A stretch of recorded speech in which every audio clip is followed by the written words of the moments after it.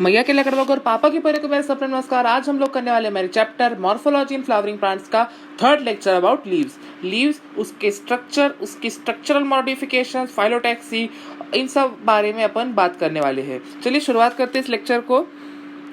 Leaves के बारे में शुरुआत करते हैं। बेसिक फीचर्स देखते हैं पहले। बेसिक फीचर्स क्या थे इसके? That it develops from the apical बड।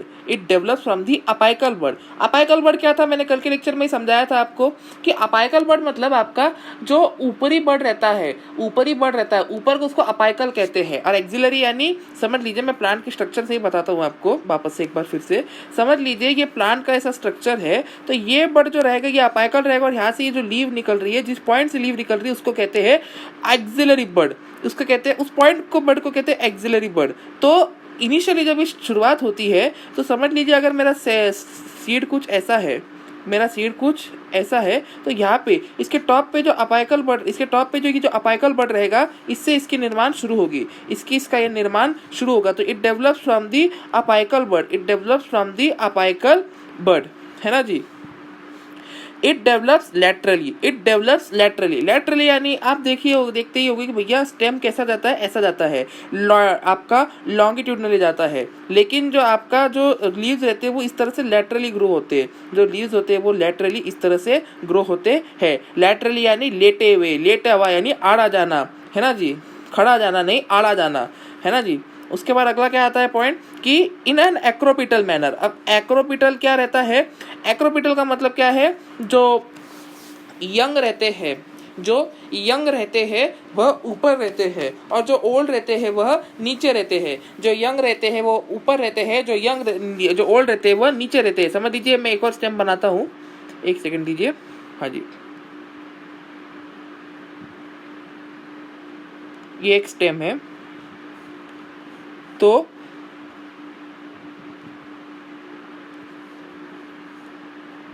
जो नवे पत्ते रहेंगे, जो कौले नवे पत्ते रहेंगे वो कभी भी ऊपर आएंगे, लेकिन जो बड़े बूढ़े जूने पत्ते रहेंगे, जो जूने पत्ते रहेंगे वो कभी भी नीचे आएंगे। That is acropetal. इसको मैं क्या कहता हूँ? इसको मैं कहता हूँ एक्रोपिटल। इसको मैं एक्रोपिटल कहता हूँ। ये एक्रोपिटल मैनर में ग्रो होता है।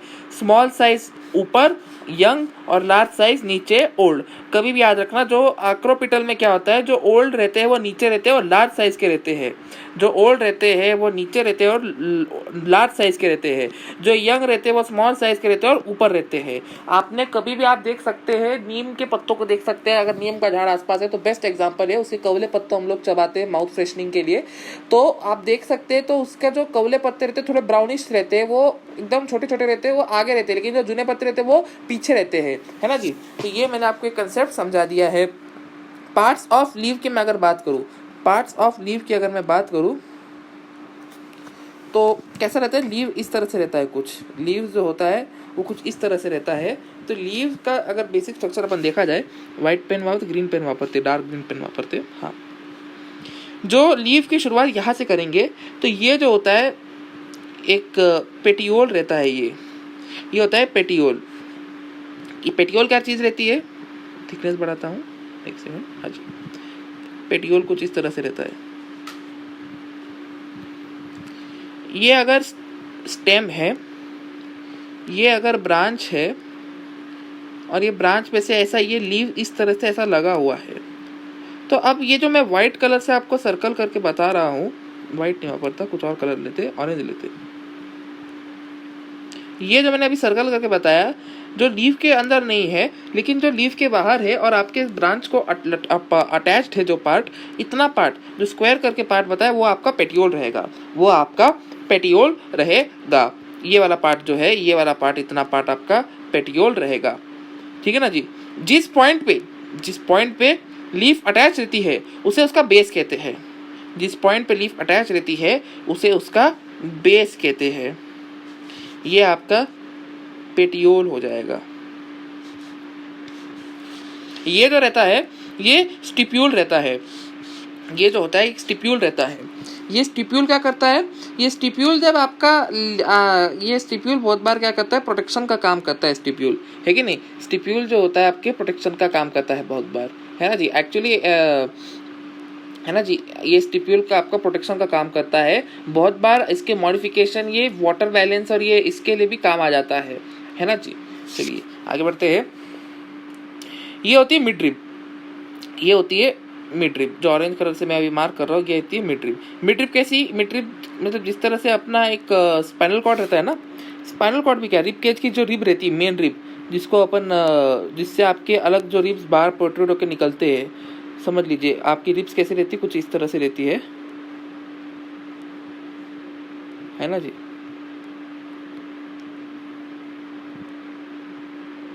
हाँ, कुछ इस तरह से रहती है रिब्स। तो ये जो रहती है मिड रिब, मेन रिब रहती है ना जी। ये कुछ मेन रिब रहती है और ये ऐसी ऐसी ऐसी ऐसी ऐसी ऐसी ऐसी ऐसी ऐसी ऐसी रिब्स निकलती है, ऐसी ऐसी रिब्स निकलती है। और ये आगे जाके इसको अटैच हो जाती है। इरेज क्यों किया मैंने? ये फॉल्स रिब एयर में रहती है ना। तो ये प्लांट में भी मिड रिब का कुछ ऐसा ही काम रहता है। हर टाइप के लीफ में मिड रिब प्रेजेंट रहेगी, है ना जी। चलिए आगे बढ़ते हैं। मिड रिब के बाद आता है बेस हो गया, पेटियोल हो गया, स्टिप्यूल हो गया, मिड रिब हो गई, वेन्स। वेन्स क्या करता है? वेन्स आपके प्लांट का जो लीव रहता है उसको ऐसा एक तरह से देखा जाए तो आपका जो एक उसको शेप में प्रोवाइड करता है, उसको स्ट्रक्चर में रखता है। जिस तरह से आपके मंडप जो रहते हैं, शादी के मंडप, जो मेन कार्यक्रम के मंडप रहते हैं, उसको एक ऐसा चौकोनी, एक ऐसा वो बनाया जाता है, कैसा? एक चौकोनी ऐसा ऐसे रॉड से लगाए जाते हैं, ऐसे रॉड्स लगाए जाते हैं, जिसके ऊपर फिर ये जो कपड़े का जो मंडप रहता है, जिसके ऊपर जो कपड़े का मंडप रहता है, वो इस तरह से उसके ऊपर ऐसा बांध दिया जाता है, इस तरह से बांध दिया जाता है। तो समझ लीजिए तो ये आपकी ये वाले जो पार्ट है, जो मैं रेड से आपको वो कर रहा हूँ, समझ लीजिए ये जो रेड से मैं वो कर रहा हूँ, ये आपका वेन्स हो गया, और ये जो मेन स्ट्रक्चर है ये आपका मिडरिब हो गया। समझ लेंगे कैसे, समझने के लिए कि लीव में आपकी वेन्स करती क्या है ना जी। बड़ा ही बेसिक कॉन्सेप्ट है लीव्स का, ज्यादा कुछ ऐसा रॉकेट साइंस वाली चीजें इसमें है नहीं। मार्जिन क्या रहता है? मार्जिन आपकी लीफ की जो कोने रहते हैं, जो कॉर्नर्स रहते हैं, उसका मार्जिन कहते हैं, ये कहते हैं मार्जिन। ये शार्प रहती है, फ्लटर करती है ना जी। फिर ये था एपेक्स, जो टॉप का पार्ट रहता है, जो नैरो रहता है, वो एपेक्स रहता है। और जो बेस जो रहता है ब्रॉड रहता है, बेस ब्रॉड रहता है, और आपका जो एपेक्स रहता है वो नैरो रहता है, जो एपेक्स रहता है वो नैरो रहता है ना जी। आपका अपेक्स, मार्जिन, वेन्स और मिडरिब, ये सारा क्या बनता है? ये सारा बनता है आपका ब्लेड। ये सारा एक साथ बनाता है क्या? ब्लेड। बेस के साथ मतलब पेटियोल और स्टिप्यूल छोड़ के जो मेन लीफ है, समझ लीजिए अगर आपके पास बस इतना सा लीफ है, समझ लीजिए अगर आपके पास बस इतना सा लीफ है ना जी, समझ लीजिए आपके पास बस इतना सा लीफ है। एक सेकंड मुझे ये रब करने दीजिए। हाँ, समझ लीजिए अगर आपके पास बस इतना सा लीफ है, जिसपे आपकी ये पेटियोल नहीं है, बस एक लीफ का पत्ता है, पत्ता है, उसको कोई डंडी नहीं है, सादी भाषा में वो तो ये पूरा पार्ट जो रहेगा, ये पूरा पार्ट जो रहेगा मेरा क्या रहेगा? मेरा ये रहेगा आपका ब्लेड। ये रहेगा आपका ब्लेड रहेगा। ये क्या रहेगा? आपका ब्लेड रहेगा, है ना जी। ये आपका ब्लेड रहता है, ये आपका ब्लेड रहता है।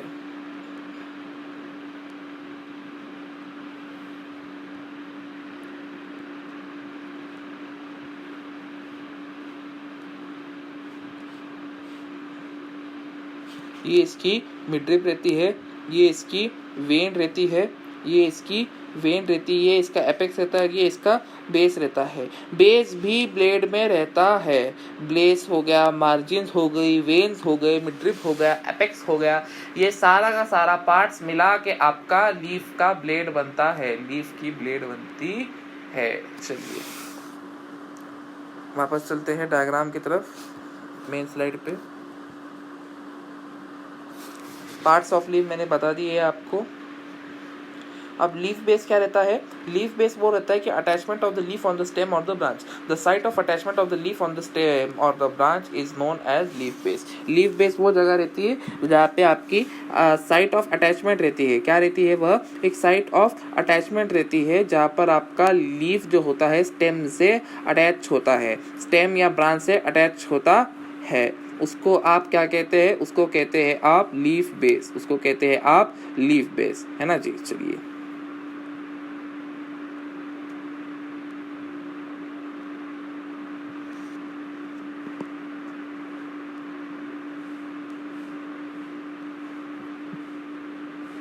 ओके आगे बढ़ते हैं। तो ये लीफ बेस जो रहता है अटैचमेंट साइट रहता है स्टेम के ऊपर या ब्रांच के ऊपर, साइट ऑफ अटैचमेंट अभी जस्ट देखा। लीफ बेस का क्या मॉडिफिकेशन रहता है? लीफ बेस का एक मॉडिफिकेशन जो रहता है वो रहता है पुलविंस। पुलविंस जो होता है एक तरह से एक मॉडिफिकेशन रहता है लीफ बेस का। शोज मॉडिफिकेशन, क्या मॉडिफिकेशन शोज करता है? Swelled leaf base. इसका जो रहता है लीफ बेस जो रहता है ये स्वेल्ड रहता है, कुछ इस तरह से इसका लीफ बेस जो रहता है वो स्वेल्ड रहता है ना जी। लीफ बेस जो रहता है इसका स्वेल्ड रहता है। For turgor difference example pea family, यानी टर्जर डिफरेंस यानी टर्जिडिटी का डिफरेंस मेंटेन करने के लिए, टर्जिडिटी का डिफरेंस मेंटेन करने के लिए। टर्जिडिटी क्या टर्म है? ये आपको जो टर्म है, आपको ये जो टर्म है पूरा एकदम डिटेल में, जिनका सिलेबस रिड्यूस नहीं हुआ है उन लोगों को तो ट्रांसपोर्ट इन प्लांट्स में रहेगा। हाँ, अगर आपका सिलेबस रिड्यूस होता है आपको टर्जिडिटी का मतलब ये रहेगा कि, टर्जिडिटी का क्या मतलब था? टर्जिडिटी का मतलब ये था कि किसी सेल में अगर फ्लूइड कंटेंट ज़्यादा हो जाए, किसी सेल में अगर फ्लूइड कंटेंट ज़्यादा हो जाए तो उस फ्लूइड कंटेंट ज़्यादा होने की वजह से सेल क्या होता है? स्वेल अप हो जाता है। अब ये बेसिक ऑस्मोसिस और उसका कंसेप्ट है कि समझ लीजिए सेल है और यहाँ पे अपना पानी है, यहाँ पे अपना यहाँ पानी है, तो ये पानी जो है यहाँ अब पानी ज़रा ज़्यादा है, यहाँ पानी ज़रा ज़्यादा है, यहाँ पानी ज़रा कम है, तो ये सेल जो रहेगा ये अभी सिकुड़ा हुआ है। लेकिन अब मैं ये पानी जो रहेगा इस सेमी परमेबल मेम्ब्रेन के द्वारा ऑस्मोसिस प्रोसेस से from level of high concentration to level of low concentration चला जाएगा। ये देखिए चला गया। तो अब ये क्या हो रहा है यहाँ पे? ये हो रहा है कि वहाँ पे पानी की कंसंट्रेशन अब बढ़ चुकी है। तो अब ये सेल का क्या होगा? अब ये सेल जो होगा, अब ये स्वेलअप हो जाएगा, ये सेल जो होगा अभी स्वेलअप हो जाएगा, फूक जाएगा।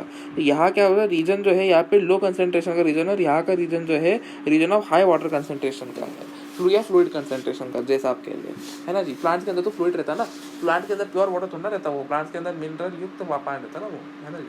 तो यहाँ पे कैसा है? अब वो आपका सेल जो है स्वेल्डअप हो चुका है, सेल जो है वो स्वेल्डअप हो चुका है। तो आगे बढ़ते हैं कि अब क्या होगा?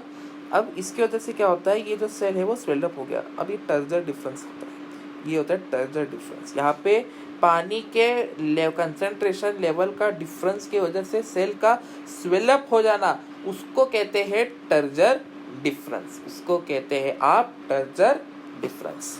समझ लिए बात को? चलिए आगे बढ़ते। ये पी फैमिली में देखा जाता है। लाइक पी की फैमिली मतलब कौन से? आपके जो पी रहते हैं, पी मतलब आपकी मटर, आपके गार्डन पी, आपका दूसरा जो आपका मसाला के साथ खाते हैं, चने के साथ जो पी खाते हैं, अपना ये रगड़ा पैटिस का पी, वैसे वाले पी की फैमिली, वो उन जो आप मटर की सब्जी, मटर पनीर वाला मटर खाते हैं, वो ये सब उनके पी की फैमिली में पाया जाता है। स्टिप्यूल क्या रहता है? It develops on the leaf base, P family में ही देखा जाता है कि ये जो आपका पुलविंस रहते हैं लीफ बेस, और लीफ बेस के बाद फिर जो आपका पेटियोल रहता है, पेटियोल के आजू बाजू आपकी स्टिप्यूल रहते हैं। जहाँ पे स्टिप्यूल की प्रेजेंस रहती है उसको स्टिप्यूलेट कहते हैं, जहाँ स्टिप्यूल की एब्सेंस रहती है उसको एक्स स्टिप्यूलेट कहते हैं, ई स्टिप्यूलेट दे देंगे ऑप्शन में आपको, ई स्टिप्यूलेट दे देंगे, लेकिन वो गलत होगा। आंसर रहेगा उसका एक्स स्टिप्यूलेट। लीफ शीथ की बात करें, covering around the stem, it is a covering around the stem. Stem जो रहती है, स्टेम रहती है, इसके अराउंड, मैं इसको थोड़ा बड़ा करता हूँ डायग्राम को,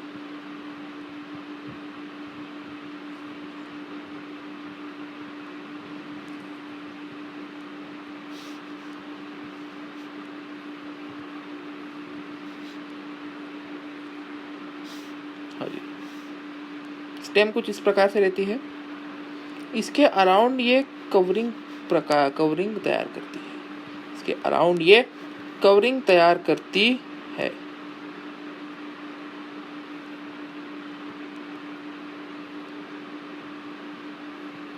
इसके अराउंड ये इस तरह से कवरिंग तैयार करती है।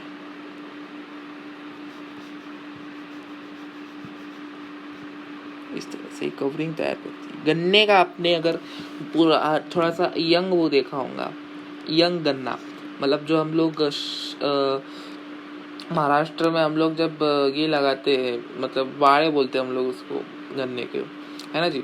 तो वो जो होता है उसके अराउंड कवरिंग रहती है, जो थोड़े से यंग वर्जन रहते हैं, जो गायों को चारा देने में काम आता है ना जी। उसको बाद में कूटा जाता है, वो अलग बात, उसको ग्राइंड किया जाता है, लेकिन वो थोड़ा सा यंग वर्जन रहता है। जो अपन रसवंतियों में गन्ना वापरते हैं वो काला गन्ना रहता है, वो एकदम लंबा गन्ना रहता है, उस पर कवरिंग रहती नहीं, उसके टॉप पे कवरिंग रहती है पर, लेकिन जो ये यंग रहता है तो इस पर पूरे ऐसे कवरिंग पे आता है। ये मोनोकॉट और आपके ग्रासेस में पाया जाता है लीफ शीट का कंसेप्ट। आपके इमेजेस के माध्यम से देखते हैं पुलविंस किस तरह से रहता है। पुलविंस तो आपका अगर मैं देखूं, ये इस तरह से आप देख सकते हैं, ये देखिए, ये जो बेस है लीफ का, यहाँ से अब ये लीफ ऐसी शुरुआत हो जाता है, क्योंकि बेस लीफ का शुरुआत होता है ना, अपन पीछे ही अपन स्ट्रक्चर में देखा है कि नहीं। तो ये वाटर के फ्लूइड्स के कारण ये क्या होता है, ये पुलविन स्वेलअप हो जाता है, जो टर्जर डिफरेंस निर्माण करता है। पी फैमिली में ही पाया जाता है, डायग्राम के माध्यम से हमने देख लिया। अब यहाँ पे कैसा है, यहाँ पे ये जो आपका स्टिप्यूल है, ये स्टिप्यूल आप देख सकते हैं, ये आपकी डांडी कुछ इस तरह से है और ये स्टिप्यूल कुछ इस तरह से है। स्टिप्यूल कुछ इस तरह से आपका जो ये पेटियोल है, और ये पेटियोल के बाद आपका पुलविन आता है जो आपका स्वेलअप है, और उसके बाद ये कुछ स्टिप्यूल इस तरह से रहता है। ये पेटियोल है, यहाँ से बाद में आगे ऐसा लीफ रहेगा, यहाँ पे पुलविन रहेगा, जिसकी वजह से आपका स्वेल्डअप है पुलविन आपके टर्जर डिफरेंस को मेंटेन करने हेतु वाटर के फ्लूइड्स के कारण। और ये आपका स्टिप्यूल है जो कुछ इस तरह से रहेगा, ये कुछ इस तरह से स्टिप्यूल होता है।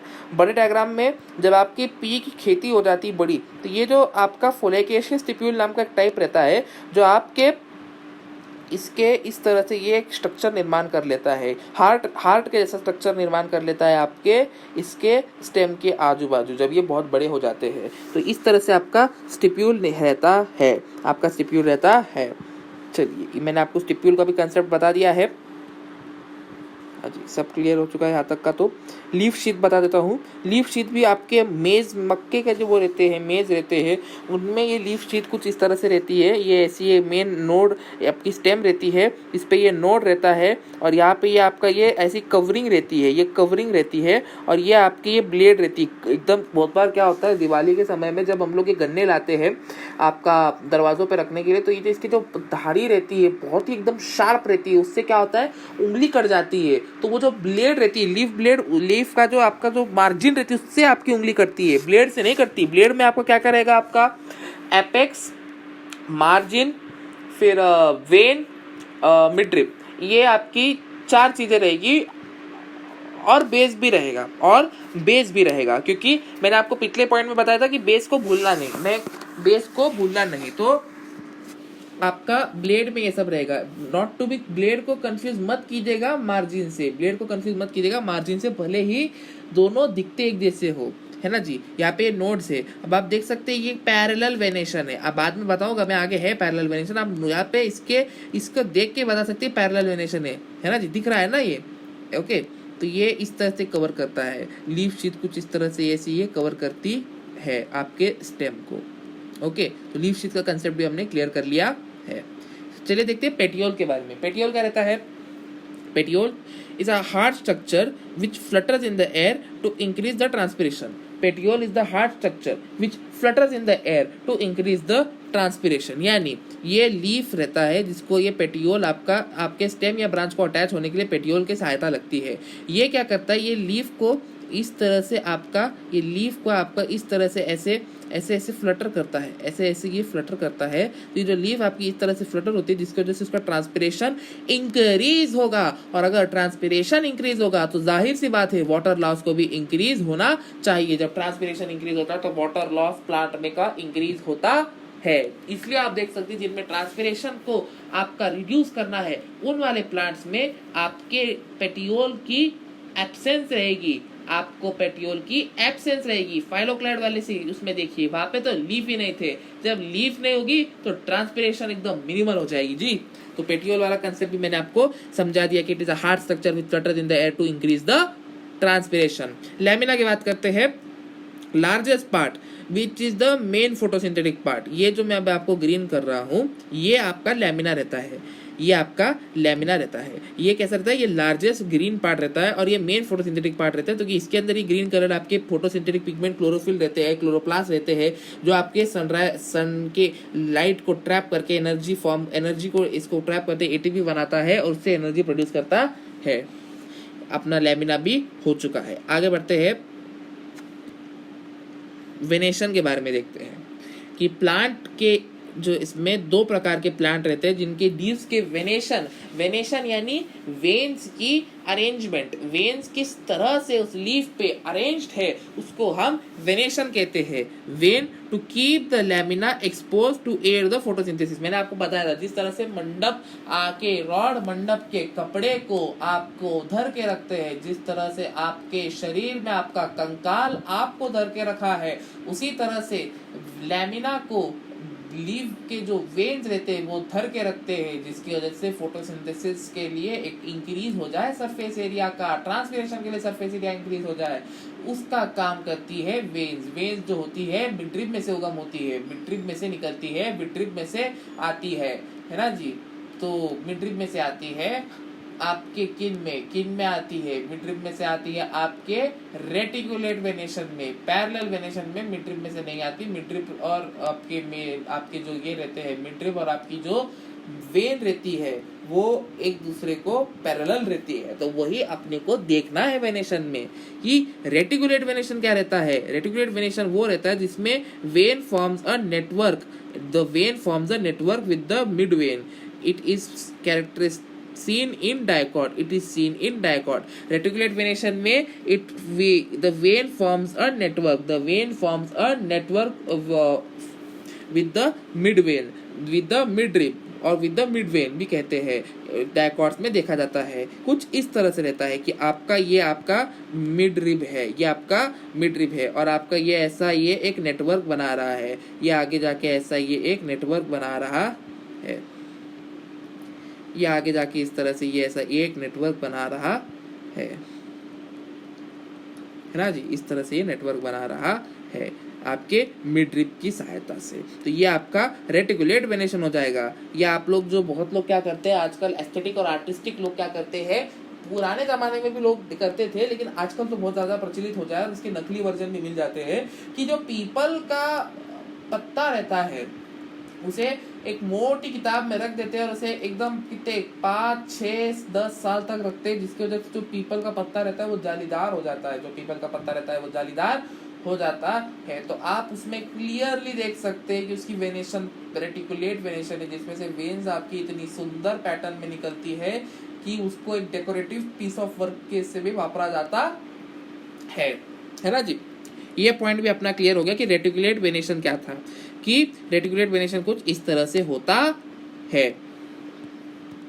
पैरेलल वेनेशन की बात करें, पैरेलल वेनेशन क्या रहता है, veins do not form a network, over here the veins will not form a network seen in monocot, here the veins are parallel to the midrib, here the veins are parallel to the midrib। कैसे बोल सकता हूँ मैं, केले के पत्ते के देखे कभी साउथ ऑफ इंडिया में, महाराष्ट्र, गुजरात, आपका छत्तीसगढ़, तेलंगाना, तमिलनाडु, केरल, आंध्र प्रदेश, कर्नाटक, इस रीजन में क्या होता है, हम लोग महाराष्ट्र में तो स्पेशली हम लोग जब त्योहार आते हैं तो भगवानों को जो नैवेद्य दिखाया जाता है उसको केलों के पत्तों पे नैवेद्य दिखाया जाता है, या लोग को रोजमर्रा के जीवन में भी केले के पत्तों पे खाते हैं। नीचे डाउन एक्सट्रीम साउथ में तो उनके जो केले के पत्ते रहते हैं वो आप देख सकते हैं, उन लोगों को तो आसानी से रिलेट कर सकते हैं, लेकिन डाउन हियर नॉर्थ में आप लोगों को देखना चाहिए कि जो केले के पत्ते रहते हैं वो कुछ इस तरह से रहते हैं, नारियल के झाड़ रहते हैं वो कुछ इस तरह से रहते हैं। ये केले के ही बात करते हैं, वो मिडरिब ऐसी रहती है, तो जो मिडरिब रहती है वो इस तरह से रहती है और मिडरिब और जो वेन्स रहती है वो एक दूसरे को पैरेलल रहती है, वो जो वेन्स रहती है वो एक दूसरे को पैरेलल रहती है, जो वेन्स रहती है वो एक दूसरे को पैरेलल रहती है, एक दूसरे को पैरेलल रहती है। कई बार मिडरिब को भी ये पैरेलल रहती है, कई बार ये मिडरिब को भी पैरेलल रहती है। केले में तो ये पैरेलल आपके मिडरिब को पैरेलल नहीं रहती, केले में मिडरिप को पैरेलल नहीं रहती है। ये केले में कुछ इस तरह से रहता है, ये मिडरिप में से उगम होती है, लेकिन एक दूसरे को पैरेलल रहती है। इस तरह से ऐसे ये नेटवर्क नहीं बनाते, ये नेटवर्क नहीं बनाएंगे ये, है ना जी। आई होप मैंने आपको मेरा पॉइंट समझा पाया कि रेटिकुलेट वेनेशन में जो वेनेशन रहती है वो एक नेटवर्क बनाती है। वेनेशन जो रेटिकुलेट वेनेशन रहता है उसमें आपकी मिडरिप रहती है और उसमें से ऐसी ये आपके वेन्स निकलती है जो एक दूसरे से ये नेटवर्क बनाती है। इस तरह से ये नेटवर्क बनाती है। लेकिन आपके पैरेलल वेनेशन में या तो इस तरह से रहेगा कि आपकी मिडरिप में से इस तरह से ऐसे पैरेलल वो वेन्स उगम हो रही है, पैरेलल वेन्स उगम हो रही है, या तो ये इस तरह से रहेगा, तो ये इस तरह से रहेगा। मैंने आपको वेनेशन का कंसेप्ट भी समझा दिया है। चलिए आगे बढ़ते हैं टाइप्स ऑफ लीव्स पे। टाइप्स ऑफ लीव में देखिए, लीव वाला लेक्चर जो ज़्यादा बड़ा तो मेरे हिसाब से होना नहीं चाहिए। जिस तरह से पिछले 2 लेक्चर बड़े थे, सबसे बड़ा तो पिछला लेक्चर था स्टेम का, बहुत ही वास्ट लेक्चर था स्टेम का, वास्ट एकदम अच्छा बड़ा लेक्चर था। उसमें बहुत सारे पॉइंट कवर करे हमने, क्योंकि बहुत सारे एक्स्ट्रा पॉइंट थे। मैंने एक्स्ट्रा पॉइंट क्यों करवाए, क्योंकि आपको अलग अलग चैप्टर जो आगे 12th 11th में आएंगे उसमें कंसेप्ट अप्लाई करने को आपको आसानी हो, है ना जी। चलिए आगे बढ़ते हैं अपन अगले पार्ट की तरफ, that is about the types of leaf. चलिए अगले स्लाइड पे। अब आप पूछेंगे कि सर टाइप ऑफ लीफ तो अब देख लिए हमने, कि अब देख रहे हैं हम लोग, देख लिए नहीं देख रहे, लेकिन ये किस आधार पर हम टाइप ऑफ लीव्स डिफरेंशिएट कर रहे हैं। तो मतलब ये लीफ लैमिला के बेसिस पे हम लोग टाइप ऑफ लीव्स को डिफरेंशिएट कर रहे हैं। ये हम लीफ लैमिना को के बेसिस पे हम आपका डिफरेंशिएशन कर रहे हैं कि लीफ लैमिना आपकी किस तरह से आपके उसका साइज कैसा है, उसका फॉर्म कैसा है, उसका प्लेसमेंट कैसा है स्टेम के ऊपर, उसके बेसिस पे अपन उसको क्लासिफाई कर रहे हैं। या तो वो फ्लावरिंग प्लांट पे है, क्या नॉन फ्लावरिंग प्लांट पे, और बहुत सारे अदर फिजिकल कैरेक्टरिस्टिक्स पे। तो सिंपल लीफ और कंपाउंड लीफ पे हम लोग आपका अभी तो अपन देखने वाले मेन कैटेगरी अपनी टाइप ऑफ लीफ की सिंपल लीफ और कंपाउंड लीफ रहती है। सिंपल लीफ और कंपाउंड लीफ में क्या रहता है, जब एक सिंगल लैमिला आपके एक पेटियोल से आपके स्टेम या ब्रांच पर अटैच्ड हो, एक सिंगल लैमिला आपके पेटियोल के द्वारा आपके क्या कहते हैं स्टेम या ब्रांच पे अटैच्ड हो, एक सिंगल पेटियोल आपका एक सिंगल लैमिला एक पेटियोल पर अटैच हो, 1 पेटियोल 1 लैमिना, सिंपल, है ना जी। अब इसमें क्या होता है, ये स्मूथ रहते हैं या इनके मार्जिन पर इंसिजन रहती है। या तो ये स्मूथ रहते हैं, नहीं तो इनके मार्जिन पर क्या रहती है, इंसिजन रहती है। स्मूथ रहते हैं या तो इनके मार्जिन पर इंसिजन रहती है। आप देख सकते हैं यहाँ पे स्मूथ रहते हैं, इनके मार्जिन पर इंसिजन रहना, यानी इस तरह से ऐसे ये इंसिजन। और ये इंसिजन को एक माइंड करिएगा, ये कभी भी आपके मिडरिप तक पहुंचती नहीं है। इंसिजन कभी भी सिंपल टाइप ऑफ लीव्स की इंसिजन अगर रही भी तो कभी भी मिडरिप तक पहुंचेगी नहीं, इसीलिए तो सिंपल है, वो मिडरिप तक पहुंचती नहीं है। तो ये कुछ इस तरह से रहता है ना जी, कुछ इस तरह से रहता है, इंसिजन है लेकिन मिडरिप तक पहुंचती नहीं है, और ये तो सिंपल लीफ हो गया। Smooth incision on the margin does not reach the midrib, here a single lamina is connected to the petiole which connects the is connected to the petiole which is attached from the stem or the branch। यानी एक lamina एक petiole वाला नियम simple leaf में चलता है, लेकिन एक पेटियोल पर कई सारे लैमिला अगर हो तो उसे कंपाउंड लीफ कहते हैं। कंपाउंड लीफ यानी एक पेटियोल कई सारे लैमिना को कंपाउंड लीफ कहते हैं। कई सारे लैमिना वाले छोटे छोटे लीव्स को इंसिजन जब आपकी मिडरिप तक पहुंच जाती है तो वो एक नया लीफ, छोटा लीफ बना लेती है, जिसको हम लीफलेट कहते हैं। लीफ का भी छोटा लीफ, उसको क्या कहते हैं, लीफलेट कहते हैं। भले ही ये एज के तो एक समान होगी लेकिन ये आपके साइज में छोटे होंगे, इसे लीफलेट कहते हैं। मिडरिप जो होती है यहाँ पे अब रैचेस बन जाती है। ये जो मैं कलर आपको बताया अब ये रैचेस है, और ये जो रहती है ये आपकी मिडरिप बन जाती है, सॉरी आपके लीफलेट बन जाते हैं, और जो मिडरिप रहती है वो रैचेस बन जाती है, है ना जी। तो ये लीफलेट है, ये मिडरिप यानी रैचेस है। पाइनेटली कंपाउंड लीफ में क्या होता है, the leaflet attach on the rachis which turns attach to the petiole, petiole पे यही रैचेस जो होती है अटैच रहती है। रैचेस और कोई नहीं आपकी मिडरिप है, जिसपे आपके लीफ पे के इंसिजन जब आपके मिडरिप पे पहुंच जाते हैं तो उस मिडरिप को रैचेस में तब्दील कर देते हैं, छोटे छोटे लीव्स जो बनते हैं उसको लीफलेट रहती है, और यही रैचेस यानी मिडरिप आपके पेटियोल पर अटैच रहती है, ये आपके पेटियोल पर अटैच रहती है। तो leaflet attach on the rachis which in turn is attached on the petiole, ये हो गया हमारा pinnately compound leaf. Pinnately compound leaf. Palmately compound leaf क्या मतलब है, पाल्मेटली कंपाउंड का मतलब ये कि भैया कोई रैचेस नहीं रहेगी, लीफलेट तो रहेंगे लेकिन लेकिन लेकिन लीफलेट रहेंगे लेकिन ये डायरेक्टली पेटियोल पे रहेगी, ये डायरेक्टली पेटियोल पे रहेगी, इसको पाल्मेटली कंपाउंड लीफ कहते हैं। पाल्मेटली कंपाउंड क्यों कहते हैं, आपके पाम यानी हथेली को देखिए, यहाँ पे आप देख सकते हैं कि भैया एक पेटियोल यानी आपके हथेली की जो हथेली और आपका हाथ है उस पर आपकी उंगलियां जुड़ी हुई है, उस पर आपके डिजिट्स आपकी उंगलियां जुड़ी हुई है, तो वो कुछ आपका पाल्मेट कंपाउंडेशन बता रहा था, वो आपका पाल्मेट कंपाउंडेशन बना रहा था, इसीलिए उसको हम लोग पाल्मेटली कंपाउंड लीफ कहती है, इसलिए हम उसको पाल्मेटली कंपाउंड लीफ कहते हैं, है ना जी। पाल्मेटली कंपाउंड लीफ का क्या रहता है कि the leaflet is attached on the petiole, ये भी अपन ने देख लिया। एग्जांपल देख लेते हैं, ये है रोज और आपका जो नीम रहता है वो पाइनेटली कंपाउंड का एग्जांपल है, और जो सिल्क कॉटन होता है वो आपका पाल्मेटली कंपाउंड लीव्स का एग्जांपल है ना जी। चलिए इसके फोटोज देख लेते हैं। सिंपल लीव्स जो होता है कुछ आपका इस तरह से रहता है, आपने देखा है रोज के मर्रा की जिंदगी में पाल्मेटली कंपाउंड नीम का पत्ता, और आपका पाल्मेटली कंपाउंड कुछ इस तरह से रहता है ना जी। इसमें नोटिस करिए कि कोई मिडरिप नहीं है मेन लीफ को, जिसपे रैचिस, इस पे कोई मेन ड्रिप या रैचिस, ये रैचिस बोलना आप कंपाउंड लीफ में आके तो रैचिस बोलना, मिडरिप नहीं बोलना। मिडरिप में आपको भी समझा रहा है इसलिए बोला, लेकिन आप जब टेक्निकल भाषा वापरेंगे तो रैचिस ही बोलना, इसमें रैचिस नहीं है, डायरेक्टली जो आपके पेटियोल को कनेक्टेड है ना जी। तो ये पाल्मेटली कंपाउंड लीफ हो गया। आगे बढ़ते हैं फाइलोटैक्सी के ऊपर।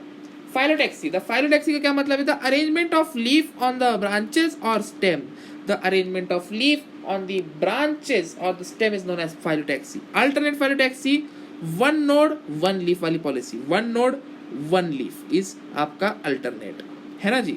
एग्जाम्पल है सनफ्लावर मस्टर्ड, सनफ्लावर मस्टर्ड पे वन नोड वन लीफ इस तरह से रहता है, कुछ इस तरह से, ऐसे ऐसे।